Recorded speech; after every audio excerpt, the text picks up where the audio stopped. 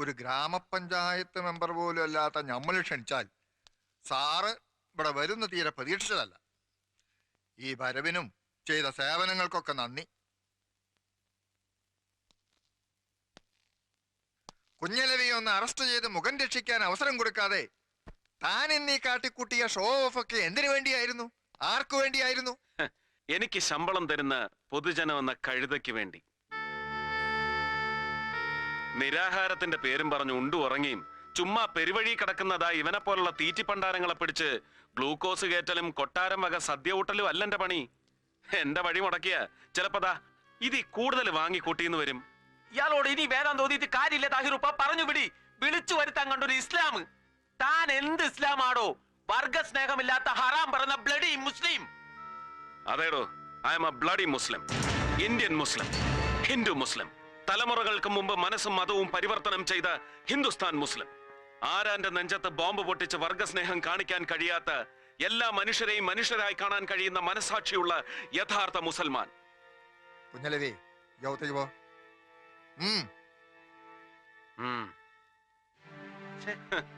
ഒരു നാലാംകട ഡൂക്കിലി നേതാവായിരുന്ന യവനെ പിടിച്ച് പാർട്ടിയുടെ തലപ്പത്തിരുത്തിയത് സമുദായം ഉദ്ധരിക്കാനായിരുന്നോ? അല്ലല്ലോ. എന്നോട് രാഷ്ട്രീയം പാടണ്ട.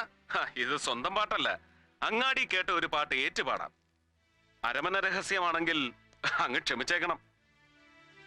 ഈ കുഞ്ഞലവി കാട്ടിക്കൂട്ടുന്ന പെറ്റി കേസുകളുടെ എല്ലാം പേരിൽ താഹിർ ഭരണപക്ഷത്തും പ്രതിപക്ഷത്തും അല്ലാതെ കിടന്ന് ഞെളിവിരി കൊണ്ട് നാറുന്നത് രാഷ്ട്രീയമല്ലെന്നാണ് പാട്ടിന്റെ പല്ലവി. പണ്ട് താഹിറിന്റെ വീടർക്ക് ചിക്കൻ ബോക്സ് വന്നെന്നോ അവരെ വേപ്പലയും വരട്ടുമഞ്ഞളും തേച്ച് ചൊറിയാൻ നിന്ന് തെക്കങ്ങാണ്ടുള്ള ഒരു ഉമ്മാച്ചി പെണ്ണിന് സാഹിബ് കൊടുത്ത കനത്ത പാരിതോഷികമാണ് ഈ കുഞ്ഞലവി എന്നാണ് അങ്ങാടിപ്പാട്ടിന്റെ ബാക്കി. ചരണം വന്ന വഴിക്കാൻ എന്നെ മടക്കി വയ്ക്കാൻ എനിക്ക് കഴിയും.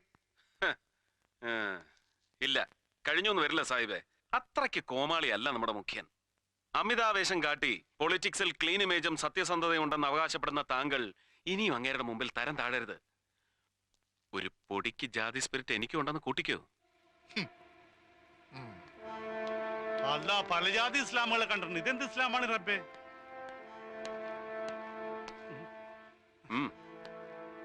ഖുറാൻ വായിച്ചിട്ടുണ്ടോ? ഉണ്ട്. ഉണ്ടോ? ഇല്ല.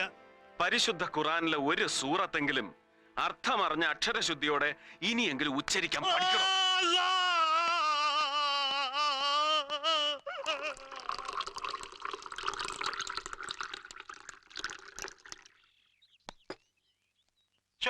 സാർ ഇത്ര നേരമായിട്ടും ആ മേട് മറന്നില്ല.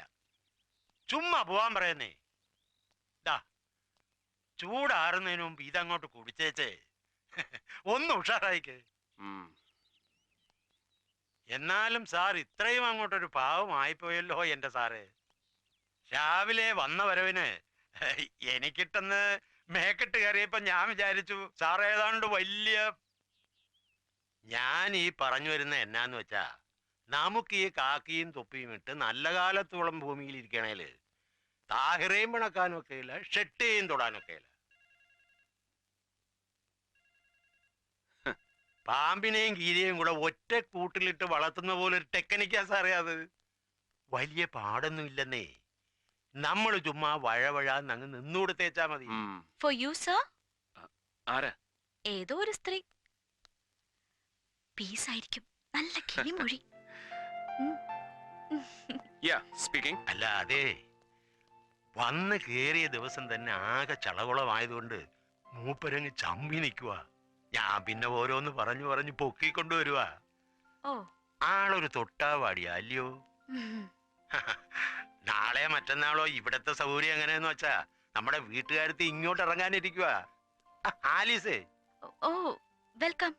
അതേന്നേ, കൊച്ചിന്റെ സ്കൂൾ അഡ്മിഷന്റെ കാര്യം ഇതുവരെ ഒന്നും ശരിയായി കാണത്തില്ലെന്ന് രാവിലെ അവളവിടെ പറയുന്ന കേട്ടു. വല്ലതും ആയായിരുന്നോ? ഒന്നും ആയിട്ടില്ല. ഇത്രയും ലേറ്റ് ആയതുകൊണ്ട് ഇനി നല്ല സ്കൂളിലൊന്നും നടക്കുമെന്ന് തോന്നില്ല.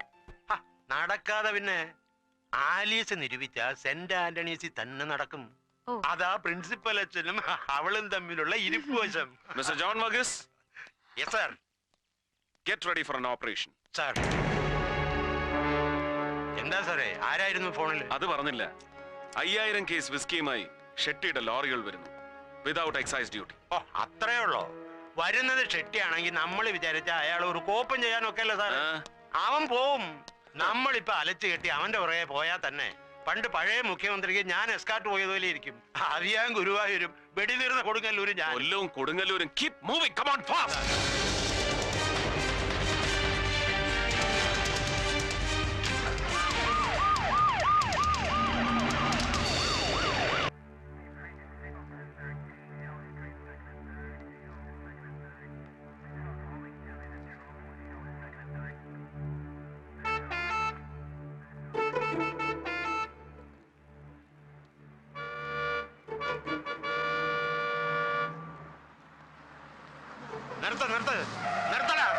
നിർത്ത്. ഇങ്ങോട്ട് ഇറക്കട അവനെ. എവിടെ നടാ ലോഡ്? കോയമ്പത്തൂരിന്നാ.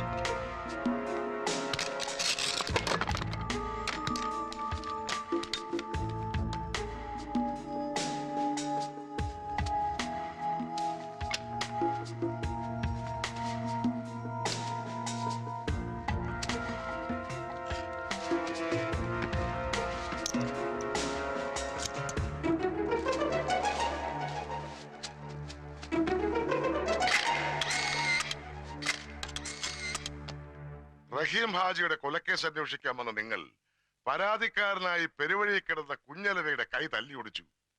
എന്തൊക്കെയാടോ സൂപ്രണ്ടേ ഇത്? അത് പിന്നെ പോട്ടെന്ന് വെക്കാൻ സഹാവേ. അല്ല, അതും സീരിയസ് ആയിട്ട് തന്നെ എടുക്കണം. പക്ഷെ ചുമ്മാ ഒരു രസത്തിന് ലാത്തി ചാർജും കണ്ടു നിന്ന നമ്മുടെ കുട്ടി സഹാക്കന്മാരുടെ ചന്തിയും തലയും തല്ലി പൊളിക്കാന്ന് വെച്ചാ മനഃപൂർവ്വമല്ല സാർ, മോബ് വയലന്റ് ആയി. ചാർജ് ചെയ്യാൻ ഓർഡർ കൊടുത്താ പിന്നെ കൊടിയുടെ നിറം നോക്കി തെരഞ്ഞു പിടിച്ച് അടിക്കാൻ ഒക്കില്ല സാർ. അത് താൻ എന്നെ പഠിപ്പിക്കണ്ട. ഞാൻ ഒരുപാട് ലാത്തി ചാർജ് കണ്ടവനാ. അതെ, സാർ അടി കൊണ്ടിട്ടല്ലേ ഉള്ളൂ. അടി കൊടുക്കുന്നവന്റെ വികാരം കൂടി ഒന്ന് മനസ്സിലാക്കണം. കല്ലും കത്തിയും വടിവാളുമായി നിൽക്കുന്ന ആയിരങ്ങളുടെ ജനക്കൂട്ടത്തെ 5 ലാത്തി കൊണ്ട് നേരിടുന്ന പോലീസുകാരനെടുക്കുന്ന ലൈഫ് റിസ്ക് കുറഞ്ഞ പക്ഷം ഒരു ഹോം മിനിസ്റ്ററെങ്കിലും ഒന്ന് മനസ്സിലാക്കിയിരിക്കുന്നത് നല്ലതാ. ഒലക്കേടെ മൂട്. എങ്ങാണ്ടെന്നൊരു ഫോൺ വന്നെന്ന് പറഞ്ഞ് അന്ന് രാത്രി എന്നെ കാടിളക്കി കൊടയം കുരിശും എടുത്ത് ഓടിയിരിക്കുന്നു ഷെട്ടിയെ പിടിക്കാൻ. എന്നിട്ട് എന്തായി? എന്താണോ ഇത്? പൂരപ്പറമ്പിലെ കുടമാറ്റോ?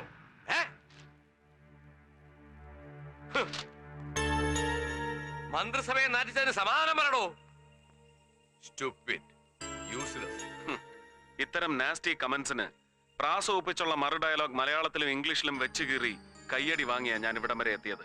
ആ സ്കോപ്പ് ഈ ജംഗ്ഷനിലും ഉണ്ടെന്നറിയാം, പ്രയോഗിക്കുന്നില്ല. കയ്യടി വേണ്ടാഞ്ഞിട്ടോ ഭയന്നിട്ടോ ഒന്നുമല്ല, സൗകര്യമില്ല.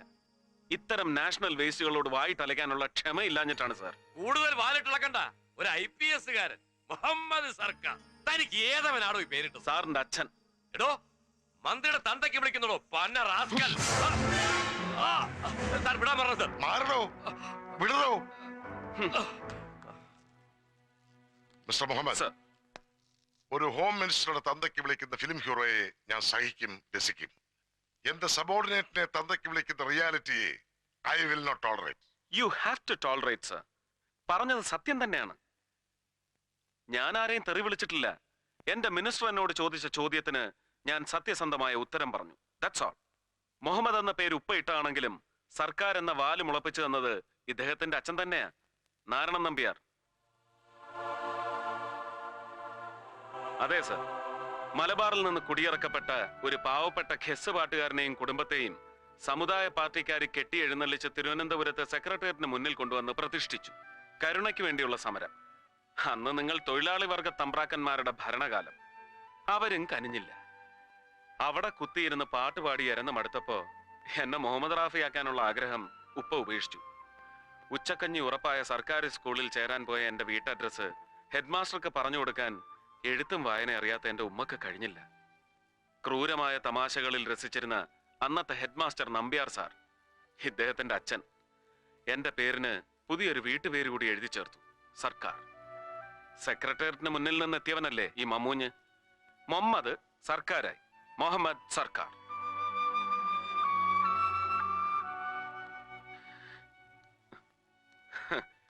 ആദ്യം ആ കോമഡി എനിക്ക് രസിച്ചില്ലെങ്കിലും പിന്നീട് ഈ പേരിനൊരു സ്റ്റൈലൊക്കെ ഉണ്ടെന്ന് മനസ്സിലായി. സംശയം തോന്നിയവന്മാരോടൊക്കെ ഞാൻ വെച്ച് കാച്ചി. അന്നദാതാവായ പൊന്നു തമ്പുരാനും തമ്പുരാൻ അന്നം കൊടുത്തിരുന്ന ബ്രിട്ടീഷ് സായിപ്പും ചേർന്ന് ചത്തുപോയ എന്റെ ഏതോ വീരശൂര ഉപ്പുപ്പാക്ക് കൊടുത്ത സ്ഥാനപ്പേരാണ് ഈ സർക്കാർ എന്നൊക്കെ. Easy, easy. You carry on. Sir.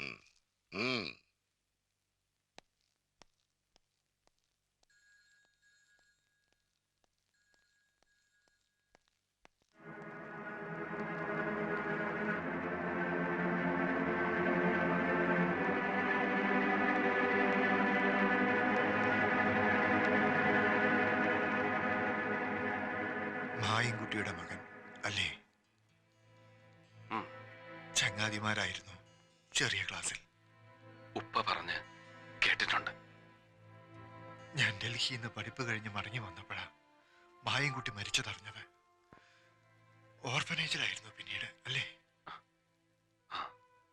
തിരുവനന്തപുരത്ത് സെന്റ് ജോസഫ്സ്, പിന്നെ അലഹബാദ്, വിവേകാനന്ദ, വേറെ പലയിടത്തും. മായൻകുട്ടിയുടെ മകനെ ഞാൻ സ്വീകരിച്ച വിധം ശരിയായില്ല അല്ലേ? അയ്യോ, ഞാൻ അങ്ങനൊന്നും കരുതിയിട്ടില്ല. പെട്ടെന്ന് ക്ഷോഭം വന്നപ്പോ ഞാൻ എന്തൊക്കെയോ പറഞ്ഞു.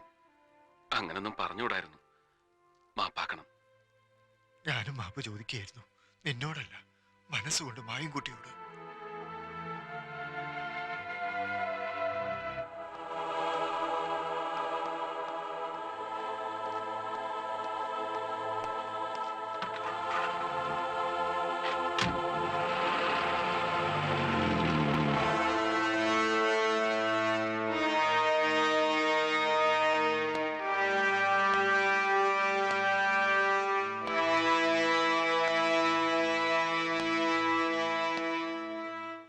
എനിക്ക് IPS-ഉം ഇല്ല, പറഞ്ഞു വരുമ്പോ സാറിന്റെ അത്ര നക്ഷത്രവും ഇല്ല.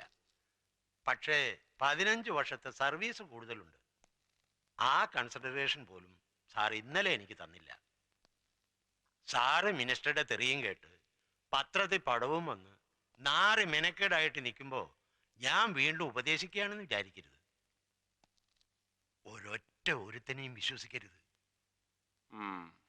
ദാ ഈ ഞാനടക്കം പോലീസിലുള്ള ഒരമ്മമാരെയും വിശ്വസിക്കരുത്.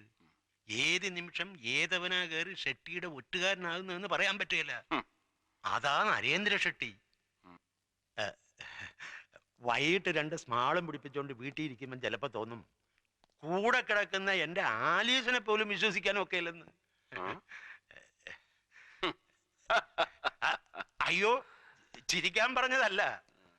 ഷെട്ടിയുടെ കാര്യം വരുമ്പോ പോലീസിലുള്ള ഒരുവന്റെയും പെമ്പിളമാരെ വിശ്വസിക്കാനും ഒക്കെയല്ല എന്നാ ഞാൻ പറഞ്ഞതിന്റെ അർത്ഥം. എല്ലാവരുടെയും കാര്യം എനിക്ക് അറിഞ്ഞൂടാ, പക്ഷെ ആലീസിനെ വിശ്വസിക്കാൻ കൊള്ളുകയില്ല, തീരെ കൊള്ളുകയില്ല. അല്ല, മൊത്തത്തിൽ പറഞ്ഞപ്പോ ഒരു താളത്തിനങ്ങ് പറഞ്ഞെന്നേ ഉള്ളൂ. ആ താളം കറക്റ്റാ, അസല് ത്രിപുട താളം. ആലീസ് കള്ളി തന്നെയാ, പരമ പെരും കള്ളി. ഭർത്താവില്ലാത്ത നേരം നോക്കി സന്ധ്യമയക്കത്തിന് ചെറുപ്പക്കാരനും കാണാൻ കൊള്ളാവുന്നവനുമായ പരപുരുഷനെ ഫോണിൽ വിളിച്ച് കിന്നരിക്കുന്നവളെ കള്ളീന്ന് മാത്രം വിളിച്ചാ മതിയോടോ ജോൺ വർഗീസേ? പോരാ, അതാ ഞാൻ പരമ പെരും കള്ളി എന്ന് വിളിച്ചത്. അതെന്നാ സാറേ വീട്ടിൽ ഇരിക്കുന്നവരെ കുറിച്ച് ഒരുമാതിരി മൊനവച്ച മറുഭാഷ പറയുന്നേ? ഈ ആലീസ് നല്ല ഉരുപ്പടിയായിരിക്കും, ഏത് ഷെട്ടിക്കും പറ്റിയ അസല് മുതല്. സാറേ ദേ ഒരുമാതിരി പൂവമ്പഴം അണ്ണാക്കി തള്ളി വർത്താനം ഉണ്ടല്ലോ, അത് എന്നോട് വേണ്ട.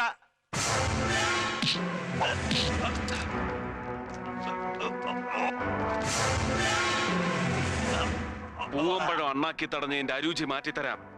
Feel the taste of your blood and brain. തലച്ചോറ് പിളർന്ന് അണ്ണാക്കിൽ ഇറങ്ങുന്നതിന്റെ സുഖം അറിയണോ തനിക്ക്? ഷെട്ടിയുടെ ഒറ്റുകാരിയായി ഇന്നലെ രാത്രി കള്ളപ്പേരിൽ എന്നെ ടെലിഫോൺ വിളിച്ചതാരാണ്?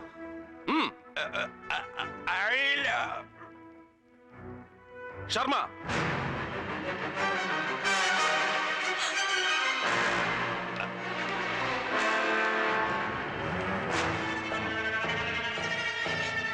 Out out. സർ.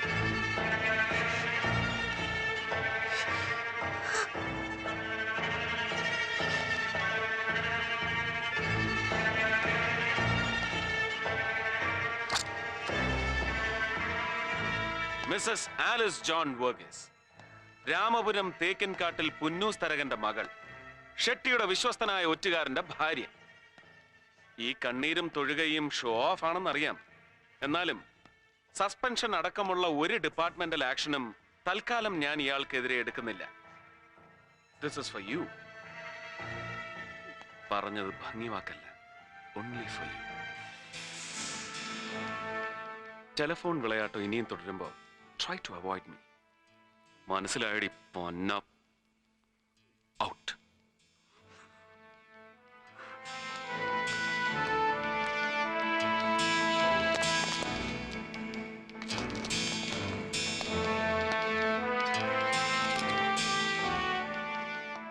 എനിക്ക് ലഭിച്ച ടെലിഫോൺ കോൾ ഫേക്ക് ആണെന്ന് അറിയാമായിരുന്നിട്ടും ഞാൻ ഇന്നലെ ഒരു റെയ്ഡിന് ഇറങ്ങി പുറപ്പെട്ടത് മണ്ടം കളിക്കാനല്ല, 2 ലോഡ് സെക്കൻഡ്സ് വിദേശ മദ്യം പിടിച്ച് വീരദേശാഭിമാനി ചമയാനും അല്ല, ഒറ്റുകാരെ കണ്ടുപിടിക്കാനാണ്.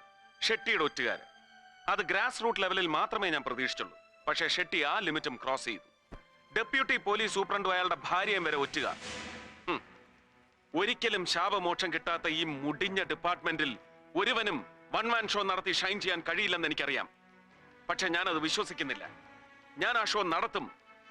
ഷെട്ടിയല്ല, ഒരു കവലച്ചട്ടമ്പിയെ അറസ്റ്റ് ചെയ്യാൻ പോലും നാണം കെട്ട ഈ പോലീസ് ഫോഴ്സിനെ വെച്ച് കഴിയില്ലെന്ന് എനിക്കറിയാം. ഒറ്റുകാരുടെ എണ്ണം ഒരു ജോൺ വർഗീസിൽ ഒതുങ്ങുന്നില്ല. ഉണ്ടോ?